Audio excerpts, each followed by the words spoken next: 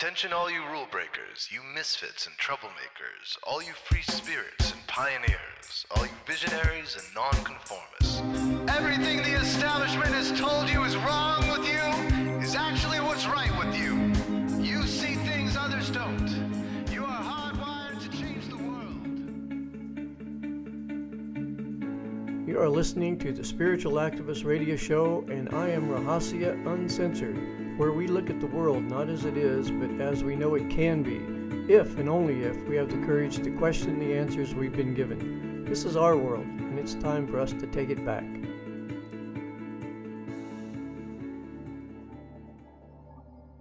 Okay, Foster, I appreciate you taking your time to do this interview. Well, it's a pleasure to be here with you. I appreciate your taking the time as well and giving me an opportunity to speak with your community. Well, this is an important subject that we're on because I think we talked briefly about the importance of technology, which actually brings up an important point for me, because I'm not too sure that we have enough left of the old system that it will correct itself, which tells me that a conscious and deliberate dismantling of some of the old paradigms might be more important than we think, while we still have some infrastructure left, like the internet, for instance. Because it seems to me if we drive this thing to the ultimate end, we're either going to live in a police state or we're going to completely wipe out civilization as we know it, and then building back from a grassroots point is going to be really tough. So it seems like it would be better to really take control of this situation. What's your thoughts on that?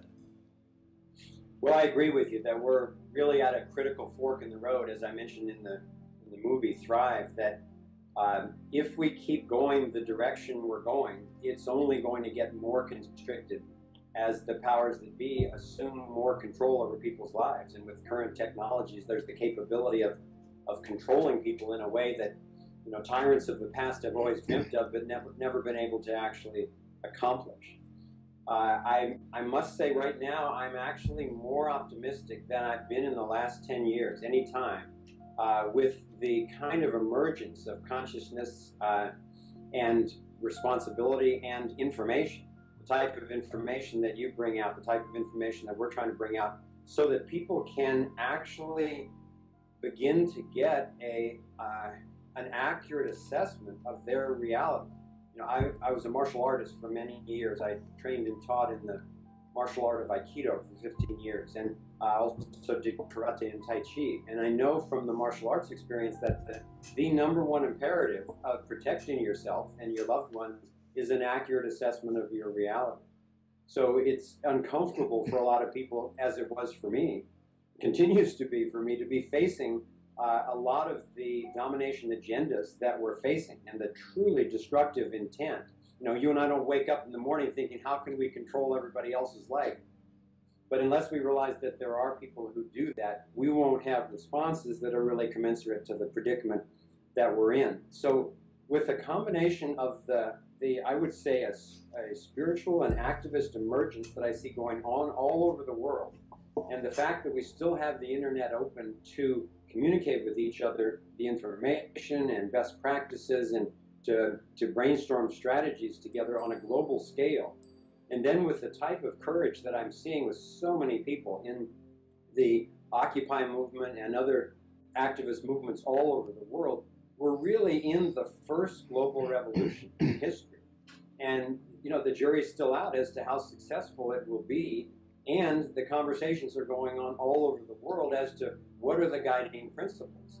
What are we actually looking to replace a current destructive system with? But I'm very excited about the way those conversations are starting to go, and just about the emergence of the incredible power and beauty of the human spirit that I'm seeing everywhere.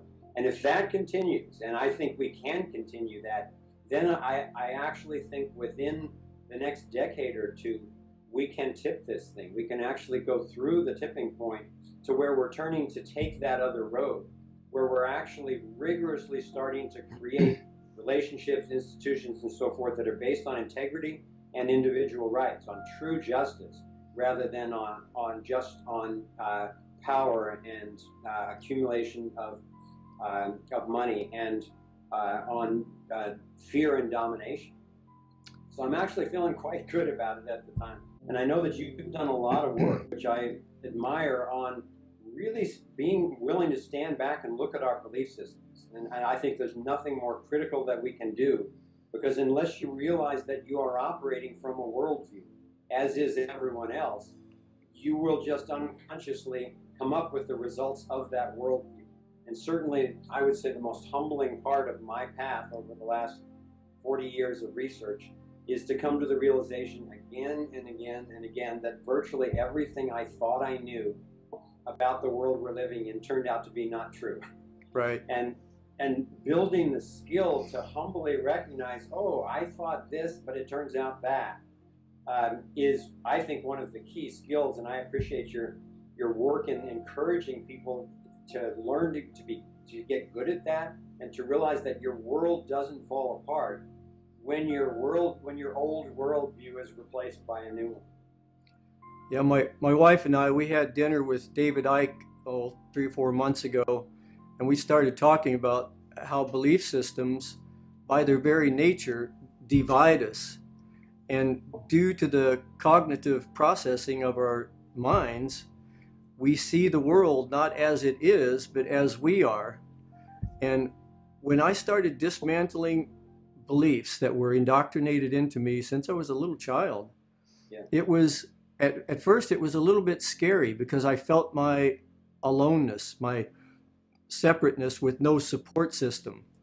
But something really sort of amazing happens when you really break down those filters. You start seeing the world more closely as it is. But even now, talking to you, I feel something in my chest area when we're talking about certain thoughts that I couldn't feel before, because it wasn't part of my belief system. And this is part of my experience, which is a total different thing.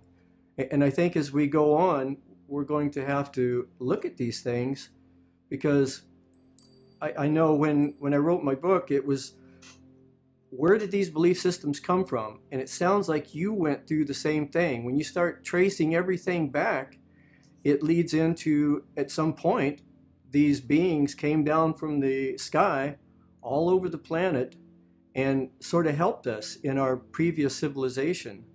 So I think, and this is a big one for people to handle, and I really admire you for bringing this up, because when I wrote my book on the social and neurological consequences of belief systems, I really hesitated putting the ET information in there, because I felt like it would invalidate the hard science behind what I was saying.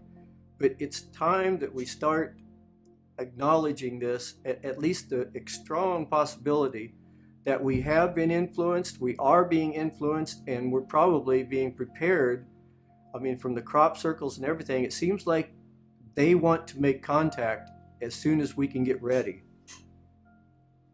Well, we have a quote in our film that says, when an honest man discovers he's mistaken, he either ceases to be honest, he either ceases to be mistaken, or he ceases to be honest. Right. And we're all being called to go through many moments of exactly that, of asking ourselves, is it more important for me in this moment to hold on to my past beliefs, to look good, to try to convince somebody that I'm right, or to actually know the truth? And I think that it's the evolutionary imperative for humanity right now to actually wake up and realize, as I also say in the movie, that we're not a mistake. We're simply mistaken.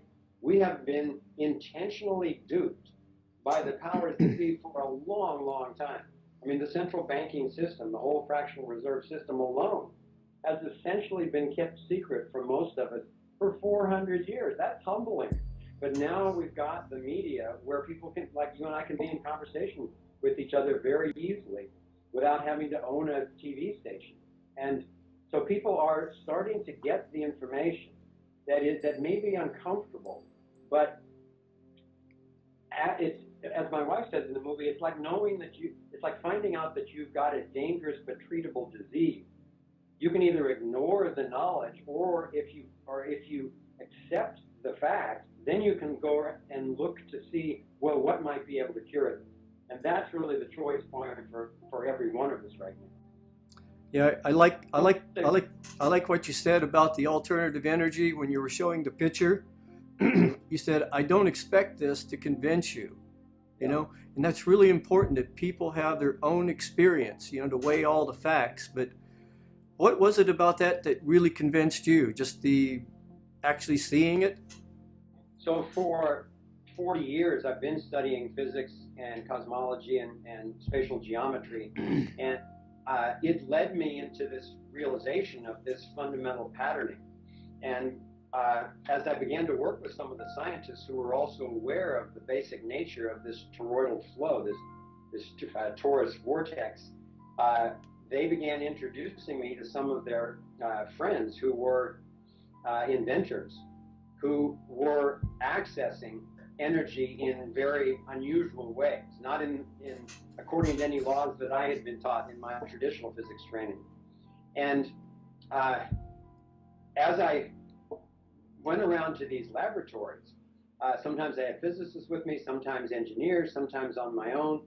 My wife visited a couple of labs with me, and again, we would see these devices working. We could check and see that there weren't wires or batteries or microwaves. When I remember standing in one lab with my wife when we saw this, several devices actually working, and we looked at each other, and just tears came to our eyes with what you were talking about. It's the kinesthetic realization of, oh my gosh, it's here.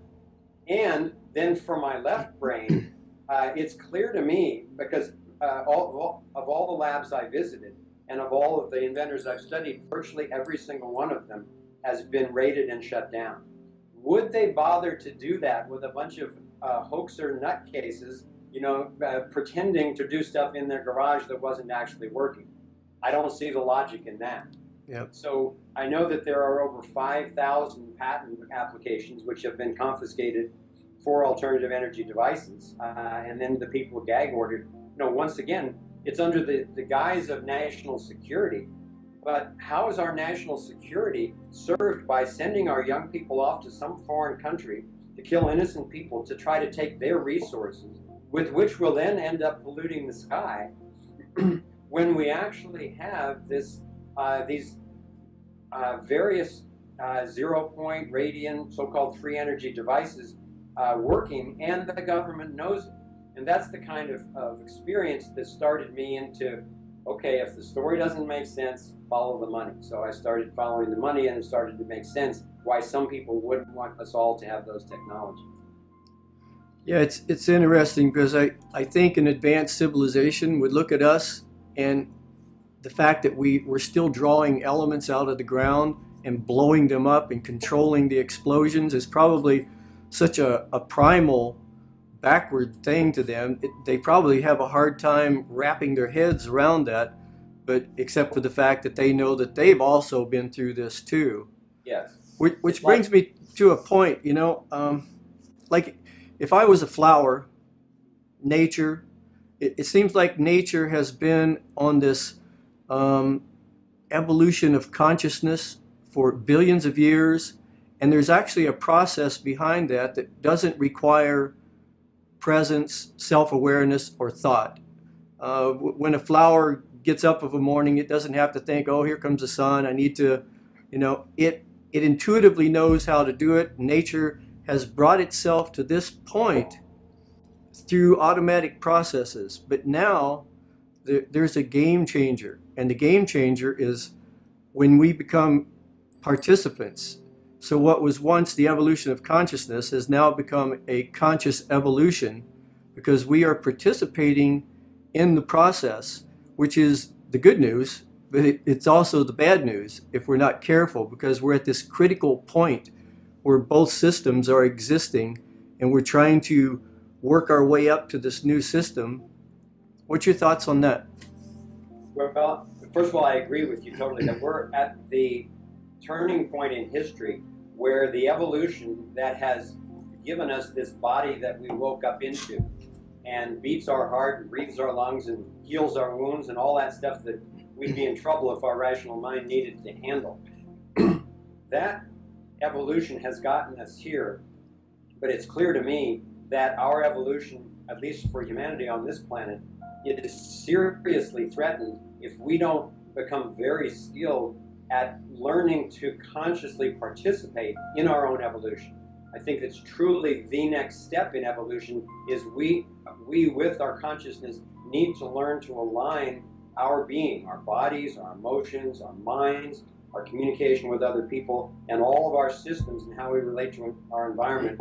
We need to learn to align those with the forces of nature, and I would offer with the dynamics of the torus, since that's how every sustainable system is built, or else our experiment, as Bucky Fuller warned, will fail on this planet, and it'll be set back, several 100 million years, or just go to another planet, this whole experiment of consciousness that we're in the middle of on this planet at this time. Yeah, my wife and I, we've done the Flower of Life workshops with Trun Balo, and so we've studied a lot of sacred geometry, and we've done the Merkaba meditation, which is a tetrahedron, and it does seem to trigger some awareness when you do these sort of mental meditations. Yeah.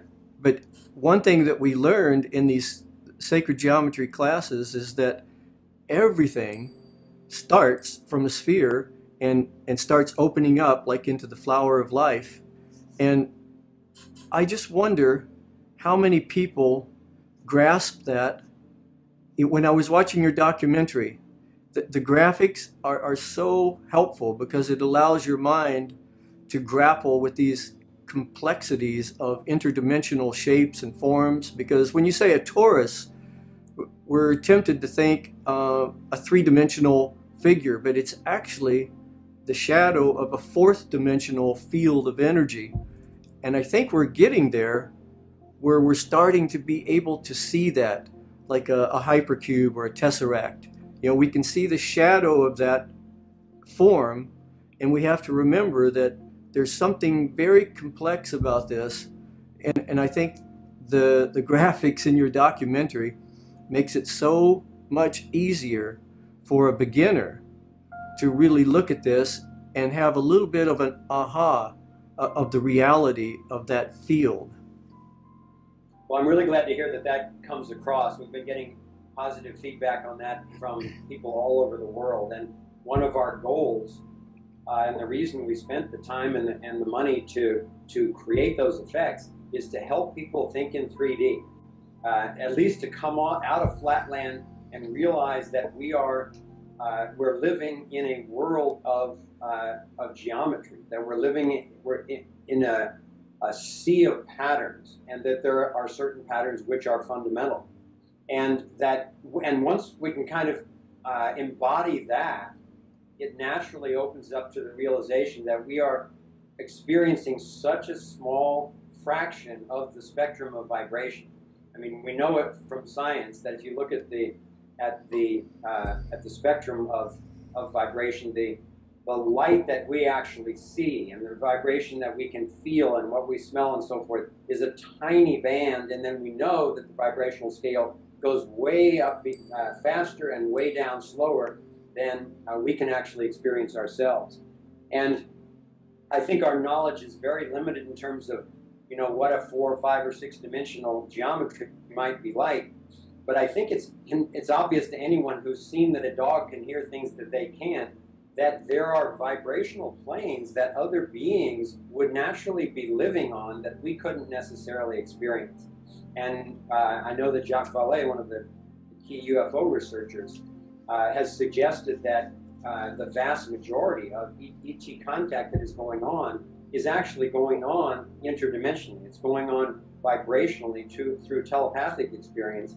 And it's one of the reasons why I think that so many UFO witnesses experience some sort of ship being there and then blinking out, and then either coming back in or comes back in, hundreds of miles away. And it isn't that it disappears ultimately, but that it simply goes out of our perceptual range and probably alters. It moves into a different realm of space-time than the ones that we're taught about in school, and then reappears back into ours. So for me, the whole notion of experiencing ourselves as multidimensional beings is critical in opening up to what's possible for humanity if we're going to learn to come into harmony with each other on this planet and with beings from off this planet and really learn to thrive. Yeah, as you're sitting there talking and I'm watching you, what was going through my mind was like using Skype right now to do this interview. It's like a prosthetic for my mind, but we're actually communicating on an interdimensional level, and I can sort of visualize our fields connecting because we're not really separated by space. We're in a non-spatial universe in this mysterious kind of a way that we've yet to be able to comprehend and figure out. And I think it's important as we go along to really realize that we're on the cusp of understanding new dimensions, new visualizations, and as we do this, we're going to have to change a lot of our past perceptions and be careful not to use those as a guideline. That's the reason I liked your compass idea of using the torus as a compass, because the new north isn't exactly just that way. It's like this interdimensional thing that we have to aim for. Yeah. Well, the whole notion that you're talking about our belief systems, I do a whole section on the website. One of our 13 primary sectors of human endeavor that we identify and always use as a navigation system for whole system thinking is worldview itself. And one of the things that I did over the years of my research was talk to or read the works of people like Ken Wilber and Ashok Gangadine and Arthur Young and Walter Russell and Dwayne Elgin, people like that. And I was kind of startled and delighted to see that those people who've been studying the history of the evolution of consciousness have all come to some sort of realization of an octave process in evolution. And they virtually all identify that we're in the what they would call the fourth stage of that octave.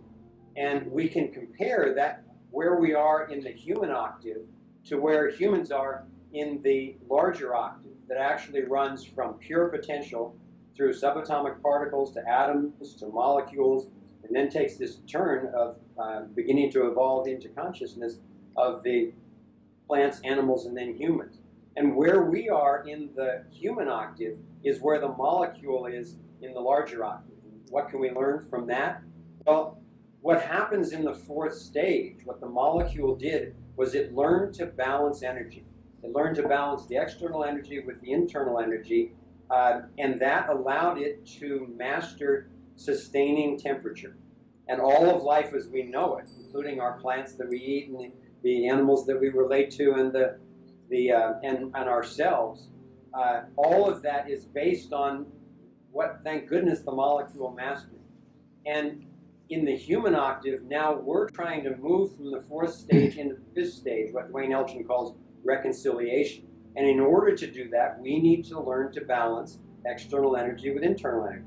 So we need to learn to relax our body, allow our emotions to flow freely and responsibly, to allow our minds to be open and at the same time have the ability to focus, and then to learn to communicate effectively without conflict with other people, and then to learn to relate sustainably to the environment. And if we do that, then we'll actually be a thriving species on planet Earth. We will have learned this next step in conscious evolution, and then the next three stages of human evolution in an incarnate form will be built on top of that.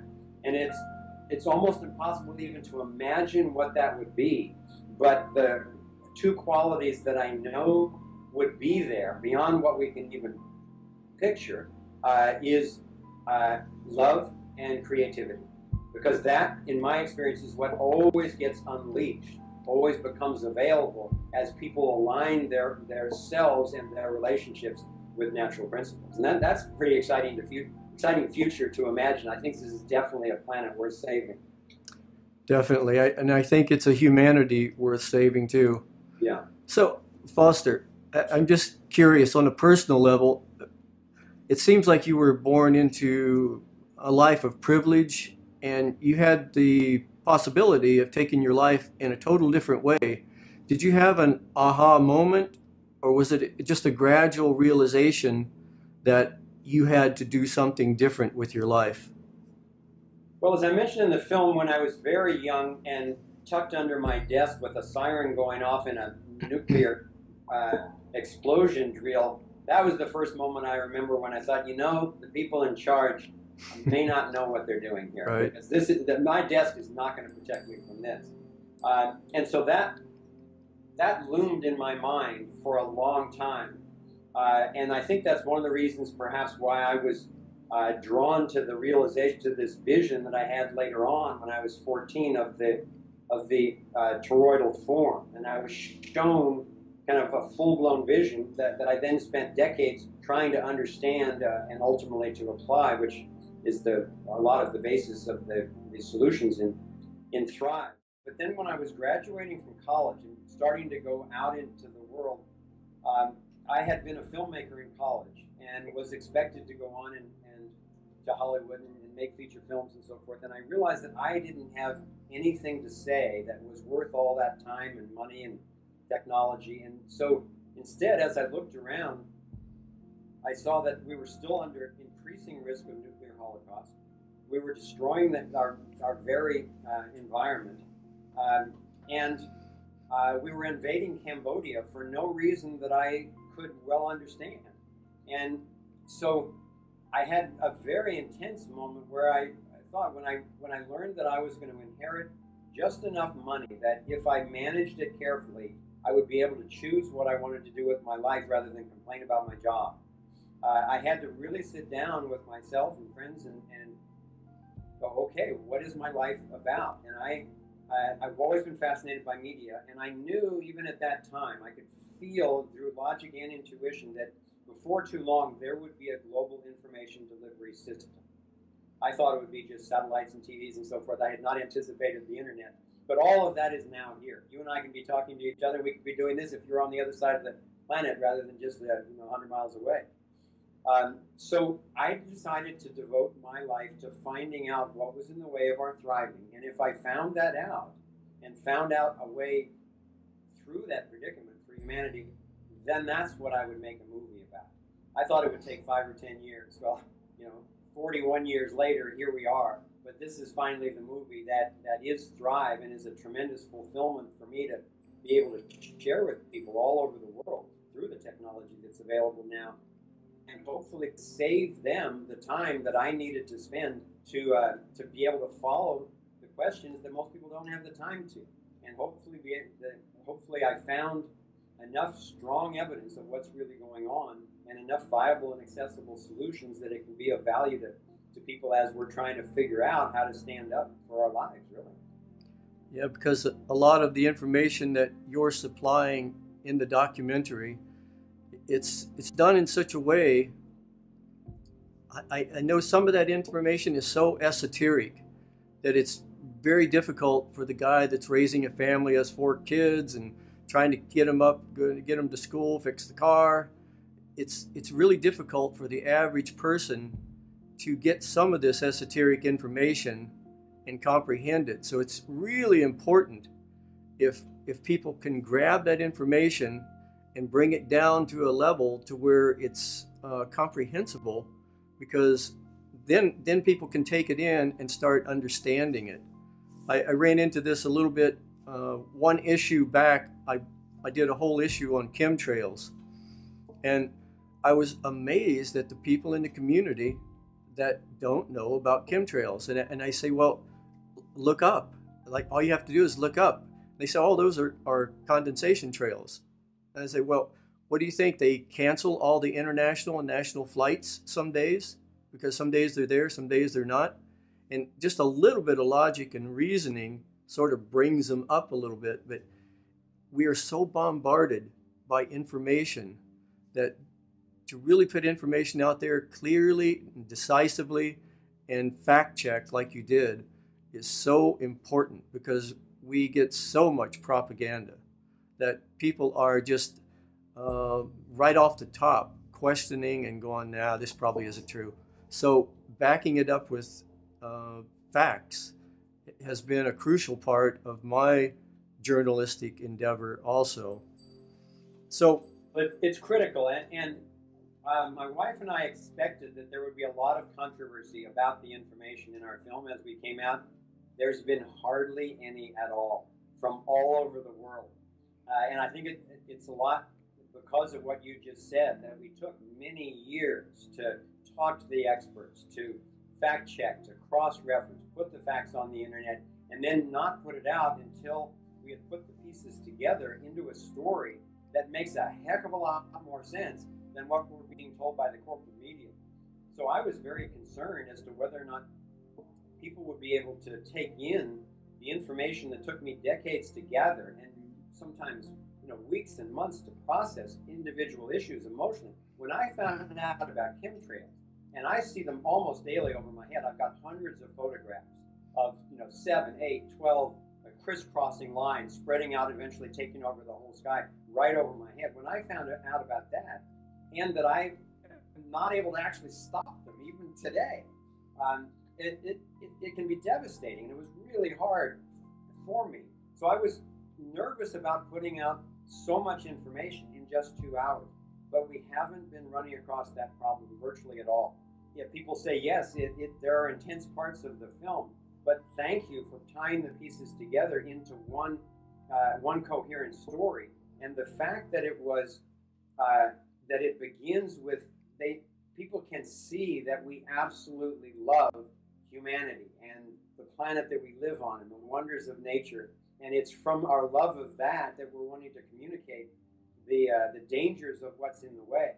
And the fact that we wrap the information in that beauty and then cohere it with really accessible, viable solutions that people can do in their individual lives that don't take a lot of time and money. Mostly what we've been getting is just really heartfelt thanks for wrapping that much together in a coherent and grounded way, so that people feel like they can finally get traction. So many people have been so confused and so scared and so in debt that it's just been paralyzing. And now people are going like, okay, at least now I know who's screwing me, how and why, and some things that I can do about it. So there's this tremendous energy that's being unleashed through the movie and the website, and the Occupy movement is starting to use the film and the website to aid in their discussions. So through their networks, a lot of people are simply accelerating the conversation about, okay, what's the world that we can actually build to replace this one that's built on scarcity and fear and deception and domination. So I'm actually really thrilled with how people are taking this in and passing it on to their friends and neighbors and coworkers. Yeah, it was a nice surprise for me. I was interviewed on Coast to Coast, and George was preparing the listeners and saying that this is going to be really conflictive and, don't get offended. But, we didn't have any complaints. Right. And out of the hundreds of emails that I received, none of them were complaints. And it just made me aware of the fact that people are more open to this. Yeah. And, I've only had one person stand up in one of my lectures, and she stood up in the middle of it and said, is this going to end happy? And, and I said, well, I don't really know. I mean, that's a linear kind of a question, but the audience put the person in check, as if we aren't each involved in how this is going to proceed. Yep. Yeah, I mean, I'm really glad to hear that you also have been getting that kind of reception, because people have been thanking us for respecting their intelligence and not holding back. People, right. We're all human beings who are born to thrive. Each one of us was the winner in the swimming race amongst 600 million other sperm. So every single person on this planet came here through a lot of intention. Right. And it is our birthright to be pulled toward thriving. Now, that's not given to us. We need to figure out how to do that, and sometimes it takes a lot of work, and there's a lot of people working hard on it. But as we move toward that, then we can expose what's in the way and have really honest conversations about it.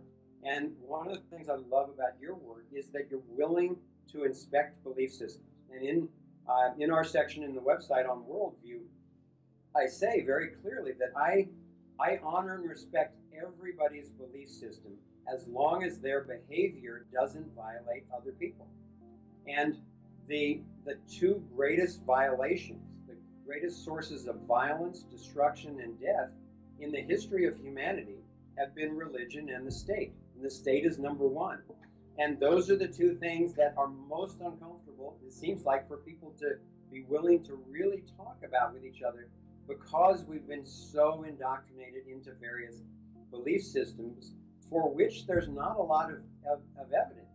And one of a philosopher that I respect a lot, Stefan Molyneux of Free Domain Radio, points out that in order to get people to believe stories which they wouldn't naturally come up with in their direct experience or defies their everyday experience, you have to capture people at a very young age, indoctrinate them on a regular basis with a lot of threats of fear and violence if they don't believe, and sustain that over years. Well, that's exactly what the church and the state do, through making kids go to particular churches and believe particular things, whether it makes sense to them or not, and making them go to schools where they get indoctrinated into the absolute necessity for the authoritarian state with a monopoly on money and force. We wouldn't believe in those things naturally unless we were trained over many years and intimidated into going along with that system. So once again, if somebody wants to believe in the benevolence of the state or in the efficacy of a particular religion, that's fine with me. Just don't impose it on me or anyone else, because that's when the violence starts.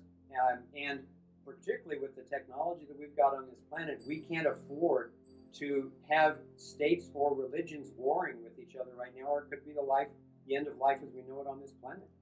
Yeah, one of the aspects of that, even 200 years ago, if you wanted to dominate or wipe out a culture of 1 million people, you pretty much had to get 1 million people together with arms and food and transportation. It was a big motivational thing you had to do. Now it takes one person with a suitcase bomb in a motel in New York City. So that's a game changer. Yes, and one politician can send us into wars where millions of people get killed, whether we support that or not. And if people actually had to donate to go to war, how many wars would there actually be? It's been the creation of this notion of the state that always depends on involuntary taxation, that allows a very few people to amass these giant armies and go attack other individual human beings as if they were like the other team on a football field, or somehow part of that state rather than actual sovereign human beings. So that it's a major misunderstanding that I don't blame humanity for. Once again, I don't see us as a mistake. We're mistaken. We've been duped into those belief systems. But now is the time, and particularly with the internet type of communications that we can have on a mass scale, for us to have really grounded conversations about what do we experience to be true, what we've been indoctrinated to be true, and then to experiment with new ways of relating based on the only thing that I found that everybody agrees to is they don't want to be violated, and they don't think other people should be violated against their will, unless they want to do it for some particular reason. But if that's the core ethic for humanity, then we need to be in the conversation of what would our institutions look like? What would our economies look like if nobody ever gets authorized to violate somebody else against their will unless it's in true self-defense? Right. So what are some of the things we could do, Foster, realistically? Somebody listening to this, what can they do today and tomorrow and the next day to go out and start adding their little bit of effort to reverse this process? Well, the first thing that I would recommend is just get as informed as you can until you reach a tipping point within yourself where you have a sense of, oh, okay, now I get more what's going on and I want to do something about it. And then Be willing to speak up to your friends. Step out of what David Icke calls the hassle-free zone, and be willing to speak the truth to your friends and family and loved ones and co-workers. And then start to link up electronically if you're not already, so that you can communicate with a lot of people at the same time, so that you can learn from them and share the truths that you find. And what's beginning to arise is a network of networks worldwide of people sharing solid truth toward peace and justice and environmental sustainability. And as Paul Hawken points out, it's the greatest social movement in history. It's non-centralized. It's not personality-based. So it truly is unstoppable.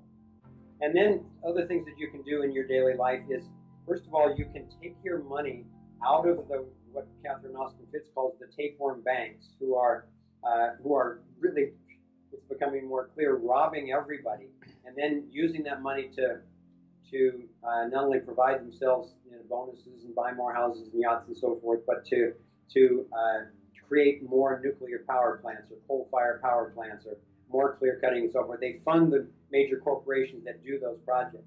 So every time you take $1,000 out of a bank like that, you're taking $10,000 of lending power out of that bank and putting it into your local bank or credit union.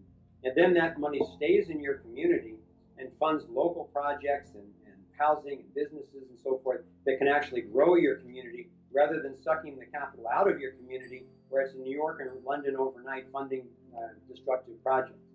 And as well, realize that you vote every time that you buy or invest. Check out, what is the company? How do they treat their employees? Where are they getting their resources? So that you're voting with how you spend, because everybody does that virtually on a daily basis.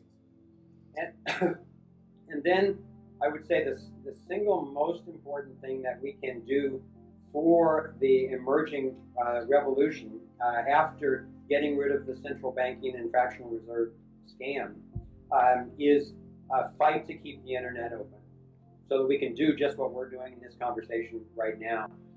Because it's no longer open in China and North Korea and many other countries across the world. And the U.S. government is trying to take it over, and major corporations are trying to take it over, and the UN is trying to take it over. So join some sort of coalition. They're easy to find on the internet that is fighting to keep the internet fair and open. And in terms of our food, don't tolerate GMO foods. Don't tolerate GMO growing in your area. There are thousands of GMO-free zones now all across Europe, but there's hardly any in the United States. And the powers that be are trying to get people to consume these GMO foods and be not only controlled in our farming and agriculture, but there are very toxic substances in these GMO foods which have been proven to cause cancer and infertility in animal studies in the second and third generations. This is maybe second only to the chemtrail issue in terms of universal toxicity. I'm really glad you brought up that chemtrail issue, because in our environment section on our website, in our critical issues section, I think we identify 7 different critical issues. And after the nuclear toxicity, the number 2 issue for me is chemtrails. Yep. We are being poisoned from the skies on almost a daily basis in virtually every major country now in the world, and hardly anybody knows it. It's the grossest violation of human beings that I've frankly ever heard of. And so anything that you can do to get informed on that and start waking people up. There's a great film, a recent one called What on Earth Are They Spraying? You can go to Carnicom.com. Clifford Carnicom has been investigating this for years, and the issue that you did is fantastic. This is an issue.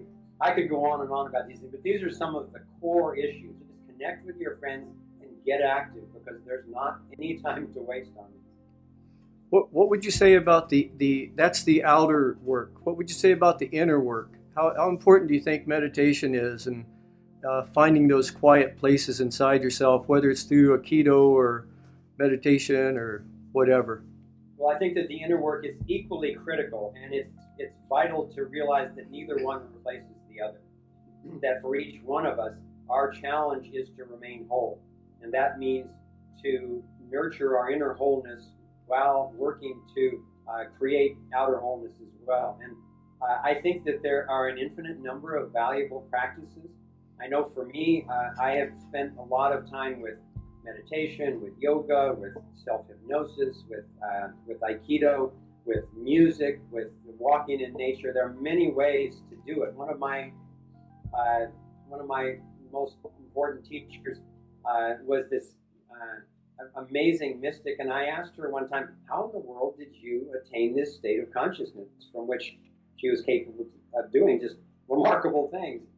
And she said, well, I always had kids, a pack of young kids, so I didn't have much time. But as soon as the kids would go to sleep, I would start doing 1,000-piece jigsaw puzzles.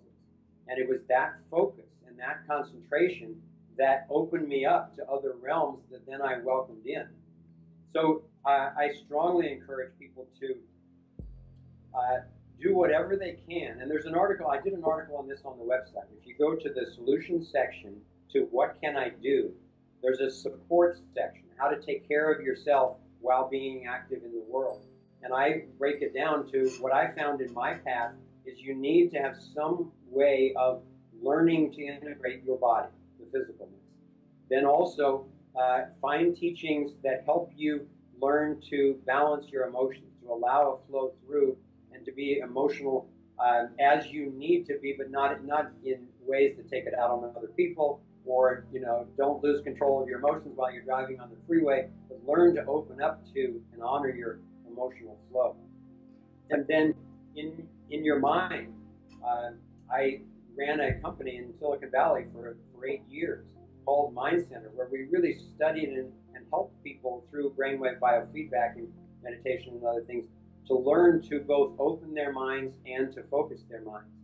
And then if you get good at those 3 levels, then the spiritual level, in a sense, will take care of itself. Because in my experience, we are all, in our essence, spiritual beings. We don't have to go find that spirituality somewhere else. It's usually more a matter of clearing away the blocks, how we're holding in our body or resisting the emotion or confused or obsessed in our minds. As we learn to clear those things out, your spiritual being will just radiate from you. And then that's where it starts to meet the outer world of learning to get good at conflict resolution and choose what you want to be active with in the world. And as you're involved in all of those, it's not like a whole lot of different disciplines. It begins to be, oh, I'm actually learning to live in harmony with every aspect of my life, and the experience of love then can blossom, and I think that's what thriving is all about. Yeah, and it seems like our mind learns really quickly when it has the correct feedback. You mentioning what you were doing in San Francisco, you say? This was in Silicon Valley. Silicon Valley. Yeah, my wife and I, we did some neurofeedback training in Mountain View at BioCybernaut. And through a week training, just doing strict neurofeedback, getting into alpha state, I realized how quickly my mind learns to feel good and to learn that alpha state. And to this day, I know what that alpha state feels like now, so I can get there more easily. And I think we do the same thing with compassion and empathy. The more familiar we can get with this and the more positive feedback that we get from it, I think the easier it's going to be on people to open up a whole new vision of what their world, what their life can be like. And that's what this came across, by the way, with you and your wife. My wife and I really appreciated your wife's emotional, how that comes across in film, I don't know, but emotions come across, and hers was so truthful and so honest and so exposed that it really added an element to the documentary that we really appreciated. I just wanted to mention that. Yeah, thanks for mentioning that. One of the things that I'm most thrilled about is how this project has been a balance of masculine and feminine energies. I'm so glad I never tried to do this without my partner, Kimberly. And she brought to the whole project not only her skills as a producer and a director and her on-screen presence, but she really coached me to remember to keep conveying this information um, from a place of my confidence about our ways out, because that is very real in me. And I know that for me and for Alex Jones and David Icke and others who are involved in conveying this information, it's easy for us to get into our warrior spirit and get kind of carried away with intense male anger and indignation about what's being done to us. And there's a place for that, but it's not necessarily optimal when we're first conveying the information to other people. What Kimberly kept saying to me when she was coaching me on the set was, allow people their own emotional space to take this information in, rather than filling that space with your own passion or fear or anger or indignation or whatever. And the first time that I did that on the set, as I was telling the story in a way that she said, yes, that's what I was talking about, I stepped off the set and a lot of the crew members were in tears. And I looked around and realized, something just happened here. And I realized later on, okay, that's what she was talking about. That's honoring other people's emotional space and not trying to get them to feel anything or not feel anything about it, but simply honor their intelligence by giving them the information, sharing my interpretation for what it's worth, but then letting them do their own interpretation and have their own feeling about it. Well, it was good advice, and it came across really well. Well, what we're hearing, because we're just inundated with letters and Facebook posts and emails all day long, every day now. It's so heartwarming to see. And so many women especially are writing in and saying, thank you for making this information user-friendly for the first time. I finally feel like I can wrap around it and now go do something about it. And I'll tell you, as a lifelong activist, one of the things I've noticed is that once women take an issue on and say, no, you're not going to do this to my family, right? That's the tipping point. It will be handled. Yeah, I think there's two things that the world governments and religions and everything, they haven't taken into account. One is the internet, and the other one is women. Yes. I think as women wake up, there's a whole chapter in my book about women waking up, because as they wake up, that's going to be the dismantling of a lot of these patriarch organizations that have hardened and crystallized. But when you start putting feminine energy in, like male energy is like bam, but feminine energy is a constant push, and you don't notice it until it's transitioned into something else. Yes. And that's what we need. We don't need that male punch. We need the feminine, gentle, constant, transitional energy, because without that, and I feel that coming inside myself. I feel myself becoming less combative, less conflictive, and less argumentative, because there was a part of me that I keep in check that enjoys the argument and the conflict, the debate, and being right. And I always try to pull that back and, like you say, give the other person the space to be, because it's not a matter of right or wrong. It's a matter of finding the truth wherever that leads us. Yeah, I'm so thrilled about just the emerging blending that's going on between masculine and feminine as the patriarchy is being exposed, and as masculine and feminine energies are starting to work together in co-creative coupleness, like it sounds like you are. And one of the great joys of my life is to be able to do that with Kimberly. And inside each one of us, we each have that masculine and feminine aspect, and I think we're each learning to integrate and balance that as well. Yeah, someone asked me, because my wife and I, we have a really close, good relationship, and they asked me about it, and I said, well, it's a little bit like a 24-hour workshop, because you're constantly in this interplay of creating space, so you can both have your own space, but merging it back together. I know one of the people in some of your side interviews was talking about that. And it's important to be able to respect each other's space, but at the same time be able to merge. And when you merge, the ego can't be there. Yeah. And that's been one of the best part of my awakening and stepping out of myself into the universe, is through my partner, through relationship. Yes, and it's one of the reasons why why we had the image on our poster for the movie that we did of there is a woman of color lifting a blindfold off, and it says the world is waking up. And we were looking for some sort of iconic imagery that would symbolize the world waking up, but especially because of the dominance of the patriarchy, really for centuries, and of people of color as well. We wanted to symbolize as clearly as we could that that era is ending, that we're moving into the era where everyone of every race, every gender, every age can be empowered. Now, some people misunderstood that and wanted to attack the trailer, saying, "Oh, it looks like an Illuminati symbolism," and we had never thought of that. I would, I could say, "Oh yeah, I see that there is a triangle and it's one eye. Oh my God, if I'd thought of that, I probably wouldn't have done it. There's no intention to do that at all." But on the other hand, even if I knew it, I still love that image of the women representing all of us waking up. Yeah, there's a lot of little things in your documentary that I've noticed. Even the clock in the background of one of your scenes is 10 minutes after 11, you know? That one was intentional because we were pointing to 11:11, which is when we were going to debut the film.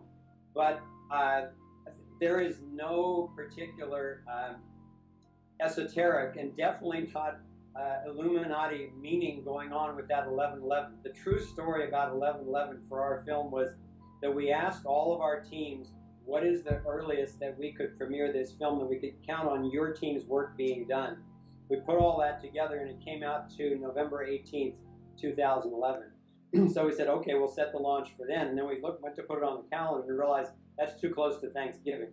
And we want people to be able to come to the premieres and experience the launch. So let's see if we can move it back a week because we wanted to do it on a Friday night. So we looked at the calendar and my wife and I looked at each other and it's like, oh my gosh, it's 11/11/11. So we thought, well, it's a catchy date. People will remember it. We're all for oneness, particularly when it's one standing next to a one, standing next to a one, rather than any one dominating the rest. So I thought, okay, that's maybe we're being guided to do this date, but that's truly all there was to it. Well, it seems like it's working out well, Foster. I think so. We have felt that this project has been so guided that we do everything we can with hard work and our rational mind and logic, but then ultimately we just keep surrendering again and again to just the right person showing up at the right time and it happening on the right date. And this is again where the intellect and the intuition, the masculine and the feminine, are learning how to blend with each other. And I agree with you that there's no good reason that we've seen not to keep honoring that in our process. Is there anything you'd like to say in closing? Well, I'd like to, first of all, thank anyone who sees this, who's had the courage to watch this film, to immerse themselves in the website, and then especially to share it with your loved ones. I know wholeheartedly that it takes courage to share this information with friends. I thank you for doing that. So many are, and can share with you that all over the world, people are being thrilled by the response that they're getting. Like people did screenings for their family over Thanksgiving. People are buying stocking stuffers for their aunts and uncles for Christmas. So I can say that you will be most likely rewarded, at least in the long run, if not in the short run, for sharing this. And I guess finally I would say that the bottom line for me is we do all have what it takes to thrive, as we say in the final line of our theme song, which ends the movie. And we're doing what we call Thrive Movement as our offering, joining with all of the other movements. And it's a self-creating movement that you're welcome to participate in any way that you want. But finally, I just honor what is waking up in each one of you. And I'm confident that as that's happening, we have what it takes to turn this thing around. And I thank you in advance for everything that you're doing to make that happen. As we thank you too, Foster. Really appreciate it. It's been an honor to have this conversation with you. Thanks a lot. All right.